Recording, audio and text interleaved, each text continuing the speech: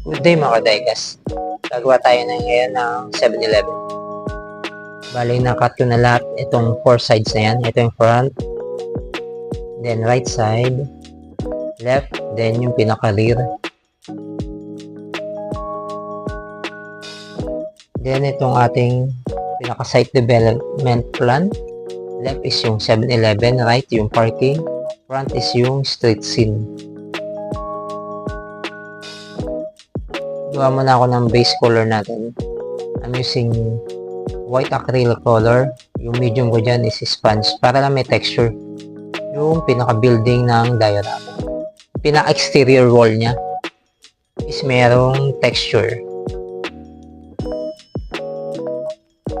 Then yan lahat ng 4 sides natapos ko na.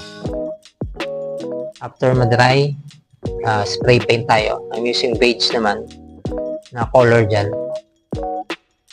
Bossny yung brand ng spray paint. Pero kahit anong spray paint, pwede naman yung gamitin.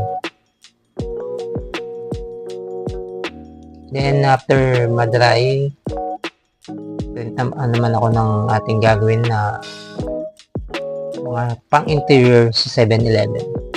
Ginugoogle ko lang yan. Then, konting edit.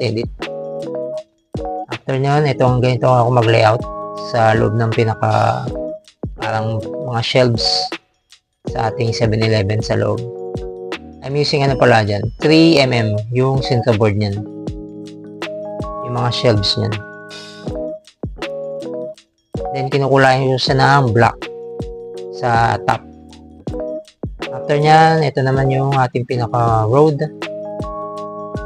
I'm using pa rin dyan. Acrylic paint, black and white, then sponge yung medium.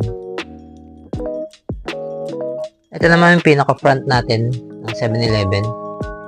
Yung front and right lang kasi merong ilaw dyan. So, yung may cut sa loob, doon papasok yung ilaw ng pinaka-banner ng 7-Eleven. Marami kasi tatanong kung paano ko nilalagyan ng ilaw.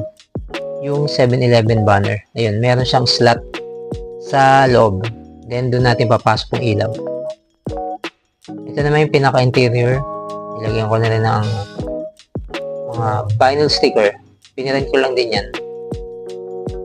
Swap brand nga pala ang brand ng vinyl sticker. Then, glued together all 4 sides. Yan na yung pinaka-loob niya.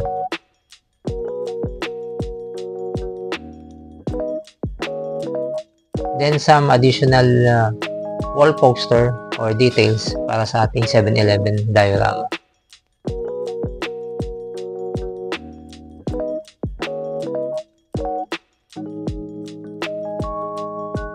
Then, ito naman yung pinaka-wall sa parking lot. At some pavement dun sa pinaka-front niya and sa side.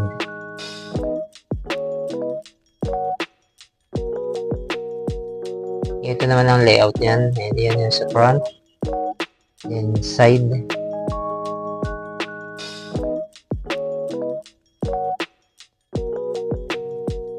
Bali, maliit na 7-Eleven lang to. Mga 3 slots lang yata itong ginawa ko. Ayan, 3 slots parking lang. Then, one way na street scene. Then, mag-add tayo ng konting details dyan. Ito na yung mga konting weathering, some bushes, saka yung mga wall poster. Nandyan na rin.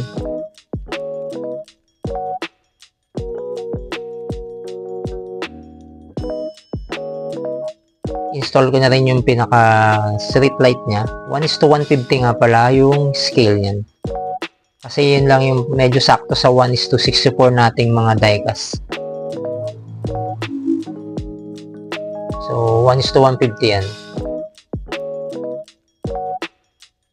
Ang bolts niyan is 3 bolts. So goods na yung mga 3 batteries dyan na AA. Kasi kasama pa yung LED light. Then light test tayo. As you can see, tatlong AA yan. All goods naman, may ilaw. Yung layout ng ilaw niya nasa gilid lang. Wala sa pinaka-ceiling niya.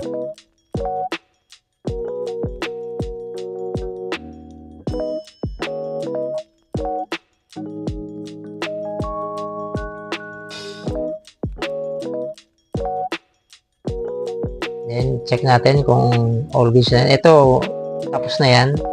Pakita natin yung front, side, yung switch sa likod. All goods na yan, all done na yan. Yung roof niyan, bali, spray painted yan na primer gray. Para may konting texture pa rin. Test natin lights, kung may ilaw yun. Pati yung street light natin, all goods na. So, ganyan ko ginagawa yung aking 7-Eleven diorama. Then, gawan ko ng konting montage. So, thanks for watching and see you sa another diorama natin.